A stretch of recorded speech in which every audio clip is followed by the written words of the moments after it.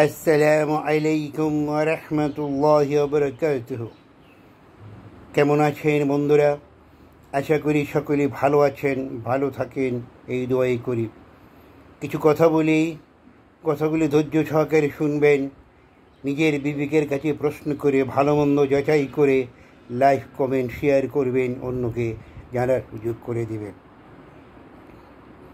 আমাদের দেশে নির্বাচন নিয়ে রাজনৈতিক দলগুলোর মধ্যে দুটি মত দেখা দিয়েছে। একটা হলো পুরাতন পদ্ধতি, আরেকটা হলো নতুন পদ্ধতি। আপনি যদি বিচার বিশ্লেষণ করেন তাহলে দেখবেন পুরাতন পদ্ধতিটা এটা গণতন্ত্র পদ্ধতি না, এটা বর্জুয়া পদ্ধতি। প্রশ্ন আসতে পারে কিভাবে? দেখা গেল যে একটি নির্বাচনের মধ্যে দুজন প্রার্থীর মধ্যে একজন 100 ভোট, 50 ভোট বা 1000 বা 2000 ভোটে প্রার্থী ফেল করেছে। তো এখানে যদি ভোটারের সংখ্যা হয় 1 লক্ষ, তাহলে তো 50,000-এর কিছু কম ভোট পেয়েছে যে ফেল করেছে। তাহলে এই ভোটারদের কি কোনো মূল্যায়ন করা হলো? কোনো মূল্যায়ন করা হলো না। পাশাপাশি যখন সংসদে তারা সংখ্যাগরিষ্ঠতা অর্জন করে যায়, তখন তারা সংবিধান কাটাচিড়া করে, যা খুশি তা করে।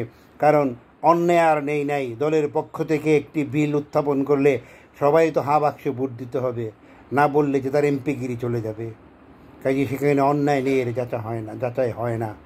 তাই এই পদ্ধতিটা আমাদের এই 53 বছর দেশ স্বাধীনের পর থেকে যতবার পালন করা হয়েছে, দেশের উন্নতি হয় নাই। দেশে কিছু বর্জুয়া তৈরি হয়েছে, দেশের সম্পদ লুটতরাজ করেছে, বিদেশে টাকা পাচার করেছে। ফকিন্নি ছিল, গুলশান বনানীতে বাড়ি হয়েছে রাজনৈতিক দলের প্রধান হওয়াতে। আমাদের দেশে আর যে মানুষের ব্রেনে একটা জিনিস ঢুকছে, পরিবারতন্ত্র। অর্থাৎ বাপে ছিল দলের প্রধান, এখন বউ হয়েছে, বউর পরে ছেলে হতে হবে। এগুলি করেই তো রাষ্ট্রটাকে ধ্বংস করে দেওয়া হয়েছে। আর কিছু চামচারা দেখলাম ক্ষমতার লোভে তার বয়সের কত ছোট সেসব লোককে মাননীয় বলে সম্বোধন করে। কারণ যদি তার নমিনেশন না হয়, সে যদি এমপি হতে না পারে, মন্ত্রী হতে না পারে, এইসব বর্জনী থেকে বেরিয়ে আসতে হবে।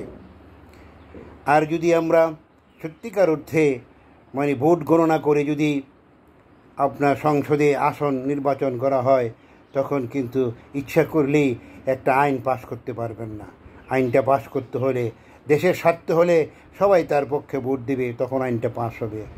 একক সংখ্যাগরিষ্ঠভাবে যাই খুশি তাই করা যাবে না। একক সংখ্যাগরিষ্ঠতার কারণেই কেয়ারটেকার গভর্নমেন্টে বাদ করে দেওয়া হয়েছিল। যদি একক সংখ্যাগরিষ্ঠতা না পেত, কেয়ারটেকার গভর্নমেন্ট বাদ করতে পারত না, আর দেশের এই দুরবস্থা হতো না। এত বড় বৃহত্তম দল আওয়ামী লীগ আজকে ধ্বংসের মুখে আসতো না। ক্ষমতার লোভে তারা দলটাকে ধ্বংস করে দিয়েছে, দলের মানুষগুলাকে, ভোটারগুলাকে তারা হতাশ করেছে। তাদের কাছে এটা আশা করে নেই।